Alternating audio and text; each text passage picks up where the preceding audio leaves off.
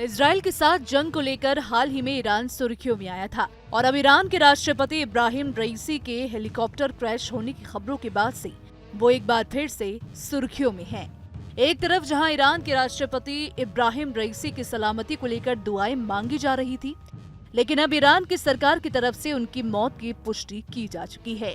रईसी और विदेश मंत्री हुसैन की मौत के बाद देश के गृह मंत्री अहमद वाहिदी ने बताया कि खराब मौसम के चलते रईसी के हेलीकॉप्टर को हार्ड लैंडिंग करने के लिए मजबूर होना पड़ा।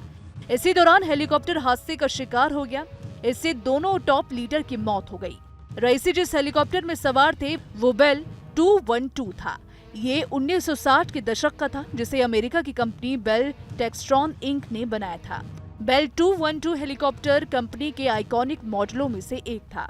मीडिया रिपोर्ट्स के मुताबिक ईरानी राष्ट्रपति इब्राहिम बेल 212 हेलीकॉप्टर में थे, जिसका ऑपरेशन 1960 के दशक के अंत में शुरू हुआ था।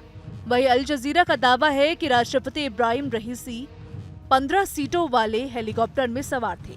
इस हेलीकॉप्टर का इस्तेमाल सिविलियन, कमर्शियल और सेना के लिए किया जाता है। ये मीडियम साइज का हेलीकॉप्टर है और इसमें एक पायलट और 14 लोगों के बैठने की जगह होती है। इस हेलीकॉप्टर में 2 ही ब्लेड होते हैं, इसीलिए इसे 2 ब्लेड हेलीकॉप्टर भी कहा जाता है। तो चलिए अब जानते हैं कि जिस हेलीकॉप्टर में रईसी मौजूद थे उसकी क्या कमजोरी है। दरअसल बेल 212 हेलीकॉप्टर पहली बार 1960 के दशक में अस्तित्व में आया।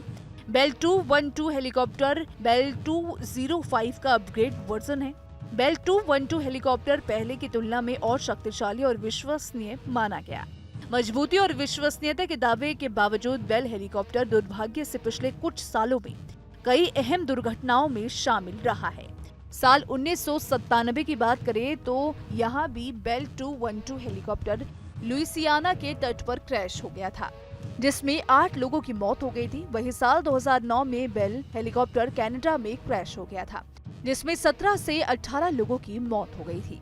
इस पूरे मामले पर फॉरेन अफेयर्स एक्सपर्ट का क्या कहना है, सुनिए आप। देखिए, राष्ट्रपति का चॉपर होगा तो उसकी मेंटेनेंस और हर चीज उसकी टॉप क्लास होती है।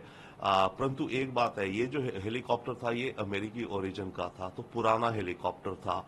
याद रखिए, ईरान सैंक्शंस में है अमेरिका द्वारा बड़े लंबे समय से।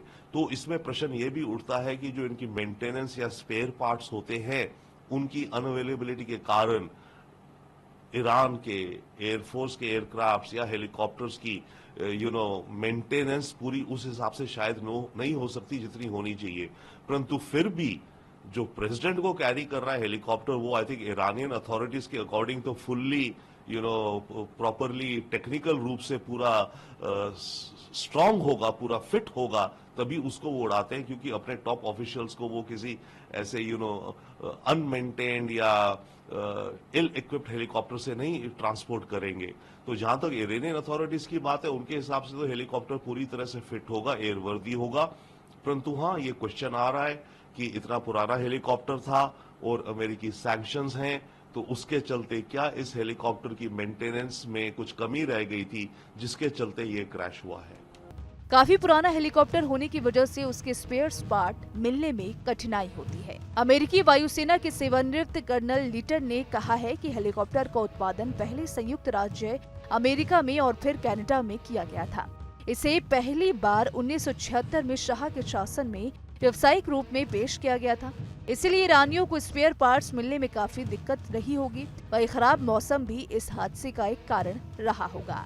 तो इस वीडियो में फिलहाल इतना ही। अगर आपको हमारा वीडियो पसंद आए तो वीडियो को लाइक और शेयर करना ना भूलें। साथ ही हमारे चैनल को सब्सक्राइब कर लें, बेल आइकन को प्रेस कर लें, ताकि हर एक अपडेट सबसे पहले आप तक पहुंच सके।